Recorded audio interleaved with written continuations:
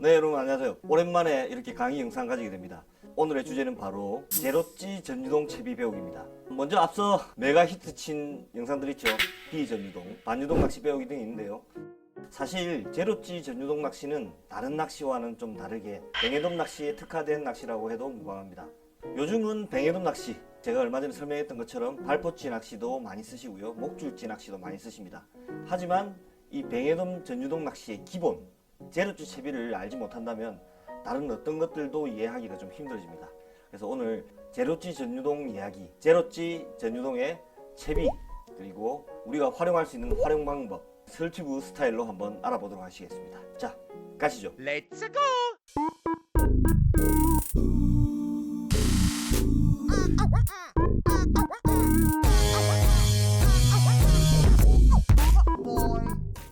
형, 제로찌 전유동이 뭔가요? 먼저 제로찌 전유동 채비는 비전유동처럼 바닥을 긁는다든지 또는 반유동처럼 한 층 한 층을 고정해서 하는 다른 낚시와 다르게 상층에서 중층까지만 노리는 낚시, 이렇게 생각하시면 아주 좋을 것 같아요. 조금 전에 말씀드렸다시피 요즘에는 뱅에돔 낚시에 발포치 채비, 목줄치 채비 많이 있지만 수심이 깊거나 조류가 빠른 곳에서는 발포치나 목줄치가 좀 힘든 경향이 있죠. 그래서 전통적인 저부력 전유동 낚시다, 이렇게 생각하시면 되고요. 찌들 역시도 상당히 종류가 여러 가지입니다. 찌 종류는 본인들이 가장 선호하시는 찌 종류들이 많이 있습니다. 하부 팽창형, 상부 팽창형 등 여러 가지 찌들이 있지만 제로찌의 여부력은平均적으로 G2의 여부력을 가지고 있습니다.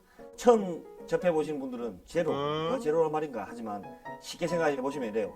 민물에서는 간당간당한 부력을 가지고 있고 바닷물에서는 약 G2 정도, 다양한 부력을 가지고 있는 찌들도 있지만 기본적으로 제로찌는 G2 정도의 여부력, 0.3 정도의 여부력을 가지고 있다 생각하시면 될 것 같아요. 자, 그러면 이렇게 부력이 적은 저부력의 찌를 어떻게 내릴 수 있는지 이제 채비부터 시작을 해보도록 하겠습니다. 채비는 어떻게 하는 거예요? 기본적으로 원줄을 나일론 원줄 2호 이하를 쓰시는 게 기본입니다. 전유동이기 때문에 원줄 내림이 원활해야 합니다. 비전유동을 할 때는 2.5, 3호 원줄도 심지어는 비봉돌의 무게, 그리고 도래의 무게라든지 여러 가지 무게로 인해서 빠지는 데 큰 어려움은 없지만 실제로 0.3이라는 여부력을 가지고 있는 제로 전유동 같은 경우에는 2.5는 초보자들이 내리기가 상당히 힘듭니다. 그래서 요즘에는 많이 쓰시죠. 1.75도 쓰시고 1.5도 쓰시고 하시지만 마지막 커트라인이라고 생각을 한다면 저는 2호라고 생각을 합니다. 2호 이하가 돼야지 원줄을 방출을 좀 더 쉽게 원활하게 할 수 있다 라고 생각하시면 될 것 같아요.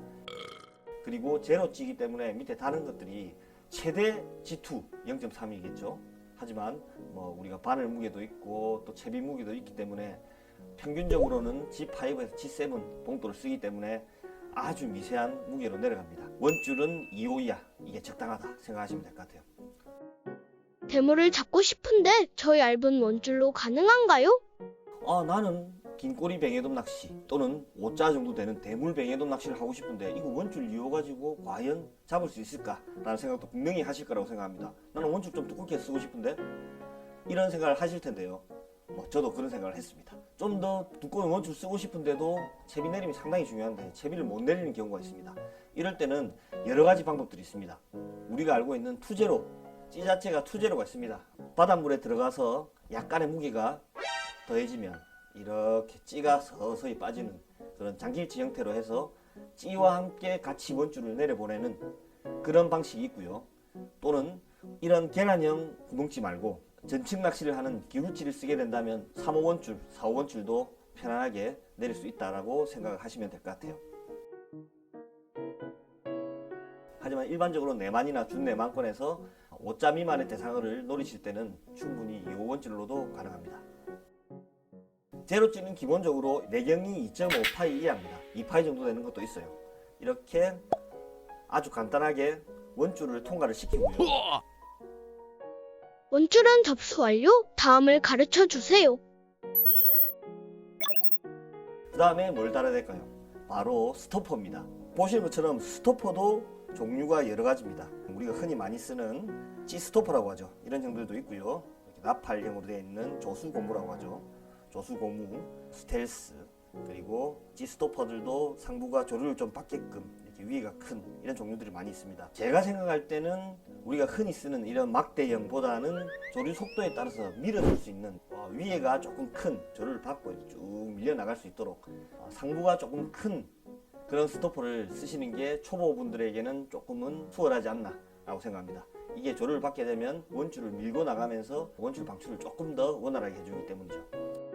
그리고 조류가 빠른 경우, 수심 깊은 경우에는 이렇게 유동형, 스텔스라든지 뭐 이런 것들은 유동형이죠. 유동형 조수고무도 충분히 좋다고 생각합니다. 하지만 이 조수고무는 밑에 빠지기 때문에 직결 매듭을 했을 경우에는 왔다 갔다 하기 때문에 도래를 장착하고 해야 되는 번거로움이 있습니다. 상황에 맞게 조류가 빠를 때는 도래를 분명히 써야 되겠죠. 또는 뭐 부시리가 물고 늘어진다든지 했을 때 조류가 빠를 때 도래의 무게까지도 좀 더 추가를 하고 싶을 때는 조수고무와 좀 더 원줄 방출을 하는데 좀 더 수월하지 않나 라고 생각을 합니다. 무조건 직결 매듭을 해야 하나요? 제로찌 저부력 전유동은 직결 매듭이 기본입니다. 천천히 전층을 훑어나가는 게 기본인 낚시입니다. 도래 무게도 줄일 수 있도록 직결 매듭을 많이 사용하지만 수심이 깊거나 조류가 빠를 경우에는 침강을 덮기 위해서 소형 도래도 많이 쓰기도 합니다. 목줄 길이는 어떻게 하면 되는 거죠? 그 다음 바로 목줄이겠죠. 여기서부터 초보들이 가장 많이 막히는 부분입니다. 채비를 잘 내려야 되는데 어떻게 이 목줄과 바늘 그리고 소형 봉돌만으로 채비를 내릴 수 있을까?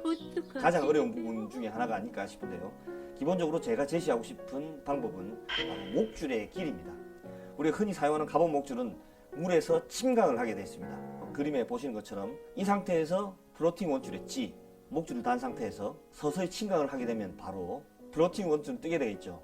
그러면 목줄이 이렇게 천천히 내려가게 됩니다. 만약 조류가 빠르게 되면 어떻게 될까요? 지금 같은 상황처럼 조류가 이렇게 빠르게 가게 되면 거꾸로 찌가 채비를 가지고 가는, 밀고 가는 상황이 연출됩니다. 하지만 스스로 가라앉는 이 카본 목줄이 길다면 그림은 이렇게 밀고 나가지만 실제로 카본 목줄과 바늘의 무게에 의해서 이렇게 밑으로 직각으로 떨어지진 않겠지만 이렇게 밑으로 서서히 떨어지게 됩니다. 그렇다면 목줄을 4m 이상 쓰게 된다면 2m는 그냥 기본으로 내려간다 이렇게 생각하시면 될 것 같아요. 목줄의 길이는 원줄을 원활하게 배출시키는 데 도움이 안 될지 모르겠지만 내 미끼가 어느 정도의 수심층까지 내려가게 도와준다 이렇게 생각하시면 될 것 같습니다. 그래서 제가 제시하는 목줄의 길이는 4m 이상을 쓰시는 것을 권해드립니다. 형, 좁쌀봉돌은 어디에 달죠? 나는 아무래도 채비가 잘 안 내려가는 것 같다. 보통 제로찌는 채비를 다 했을 경우 G5에서 G7 봉돌을 답니다. 이게 기본이죠. 여부력이 많은 채비 같은 경우에는 G2를 달아도 빠지지는 않아요. 그렇기 때문에 봉돌의 위치는 G5나 G7을 목줄의 가운데 기준으로 해서 달아줍니다. 하지만 우리 또 초보분들 매번 물어보시죠. 이거 목줄 위에 얼마에 달아야 됩니까? 도래 쪽으로 달아야 됩니까? 어디에 달아야 됩니까? 이렇게 물어보시는데 그림으로 쉽게 설명드릴게요. 센터를 기준으로 바늘 쪽으로 붙게 되면 목줄의 침강을 도와줍니다. 원줄을 빠져나가는 데는 큰 의미는 없을 것 같아요. 하지만 센터에서 도래 쪽 또는 직결 매듭 쪽으로 봉돌이 붙게 된다면 원줄 방출을 원활하게 해주는 데 도움을 준다. 이렇게 생각하시면 될 것 같습니다. 위치는 이제 끝내도록 하고요. 조금만 멀리 던져도 채비가 안 내려가요? 힝! 이럴 땐 어떡하죠? 초보들이 나는 제로찌는 너무 싫어. 너무 채비가 안 내려가. 보시는 것처럼 우리가 이렇게 캐스팅을 싹 했습니다. 발 앞에 했을 때는 사실 잘 내려갑니다. 어떤 채비더라도 잘 내려가요. 하지만 멀리 던지게 되면 어떻게 될까요? 내 원줄이 플로팅이든 세미 플로팅이든 서스펜드든 간에 원줄이 많이 늘어져 있다는 것은 원줄을 바닷속으로 밀고 내려가야 될 힘이 점점 커집니다. 50m 장타를 치면 50m까지 이 원줄이 바다 위에 깔려있기 때문에 이거를 들고 내려갈 힘이 필요하죠. 그렇기 때문에 아무리 잘하는 고수라도 초장타를 쳤을 때 제로찌를 빠뜨리기는 상당히 힘이 듭니다. 조류가 너무 빠르게 된다면 이 채비를 내리기가 힘들어지겠죠. 제로찌의 부력의 최대 한계는 저는 G2라고 생각이 됩니다. G2 이상 넘어가게 되면 빠뜨리기 위해서 봉돌을 더 무겁게 달게 된다면 천천히 내려야 하는 저부력 전유동의 특성을 무시하고 그냥 빠뜨리기만 하는 겁니다. 그러면 뭐 B 전유동이랑 똑같겠죠. 이럴 때 우리가 많이 쓰는 방법 바로 제로제로, 투제로 찌를 많이 선호를 합니다. 여기 약간의 무게만 있더라도 천천히 빠지면서 원줄도 같이 눌러주면서 빠져주는 초미세 부력을 가진 그런 찌라고 보시면 될 것 같아요. 하지만 제로제로 찌가 답일까요? 초보의 가장 큰 딜레마, 찌가 보이지 않으면 뭔가 불안한 맞습니다. 제로제로 찌는 상당히 제한적이라고 보실 수 있습니다. 조류가 잘 가지 않는다든지 했을 때는 제로제로 찌도 잘 빠지지는 않아요. 제로제로 찌가 내려가지 않는다든지 또는 조류가 잘 가지 않는 상황에서 찌가 어디 있는지 모르는 상황, 뭐 여러 가지 복잡한 상황들이 일어나게 됩니다. 그렇기 때문에 투제로찌는 사용할 수 있는 특정한 지역이 있는 반면에 이 제로찌로서 투제로찌를 만드는 바로 나비 매듭이라는 게 있습니다. 나비 매듭을 이용한다고요? 이게 바로 나비 매듭입니다. 시청 시간이 또 길면 여러분도 지루하기 때문에 나비 매듭을 이렇게 좀 잘라주시고요. 찌를 넘어가지 않는 선에서 그림처럼 이렇게 잘라주시고요. 나비 매듭은 일반 우리가 많이 쓰는 면사 매듭이 아닙니다. 저부력 전유동에 특화된 이 나비 매듭을 하게 되면 채비는 안 내려가고 야 이거 어떻게 해야 될까 이럴 때 내가 6m까지만 내려봐야 되겠다 하셨을 때 이렇게 나비 매듭을 약 2m까지만 달아주시고 봉돌을 채워주시면 6m가 내려갔다 그러면 그때부터 찌가 내려가게 됩니다.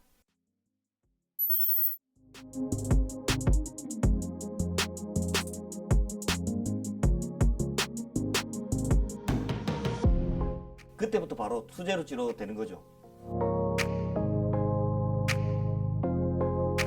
이때 만약 수심층이 좀 더 올라왔다 이럴 때는 나비 매듭을 찌 밑으로 자 여기 있죠. 찌를 통과하신 다음에 이렇게 찌 밑으로 내려주시면 다시 제로 전유동찌로 변환이 가능합니다. 이런 식으로 제로찌를 투제로찌로도 변환을 할 수 있는 이런 방법들이 있습니다. 여러분들 이번 시간 어떻게 보셨습니까? 저는 개인적으로 여름 낚시 상당히 좋아하는 편입니다. 하지만 우리 감성돔 낚시 하시는 분들은 덥고 힘들고 하기 때문에 나는 뭐 여름 낚시 전유동 그냥 안 해도 된다 이렇게 생각하실지 모르겠지만 실제로 여름 낚시 해보시면 화끈한 손맛 마리수 낚시에 흠뻑 빠지시는 우리 조사님들도 많이 계실 거라고 생각을 합니다. 그래서 우리가 제로 전유동 낚시를 기본적으로 배워야 되는 이유가 아닐까라고 생각을 합니다. 저는 개인적으로 사실 장기일지보다는 제로치 또는 제로치보다 약간 높은 G2치를 좀 선호하는 편입니다. 만약에 안 됐을 시에는 나비 매듭을 이용해서 투제로도 사용할 수 있고요. 그렇다고 이 찌가 모든 게 만능이 아닙니다. 기본이 되는 채비이기 때문에 이거보다 조류가 너무 빠를 때는 저 역시도 채비를 내리기 힘듭니다. 그럴 때는 또 B를 써서 제로 전유동처럼 이용할 때도 있죠. 하지만 꼭 알아야 되는 여름 낚시의 필수 채비법 제로 전유동 낚시 여러분들도 올해는 한번 도전해 보십시오. 그리고 앞으로 시리즈별로 설투부스러운 영상을 만들기 위해서 다음번에는 낚싯대 얘기를 한번 해볼까 해요. 낚싯대 많은 분들이 이렇게 생각하시죠. 낚싯대는 바란스가 좋다. 낚싯대는 가벼워야 된다. 이 얘기 흥미진진한 얘기 다음 편도 기대해 주시길 바라겠습니다. 자, 정보 이용하셨다면 구독과 좋아요 부탁드리겠습니다. 감사합니다.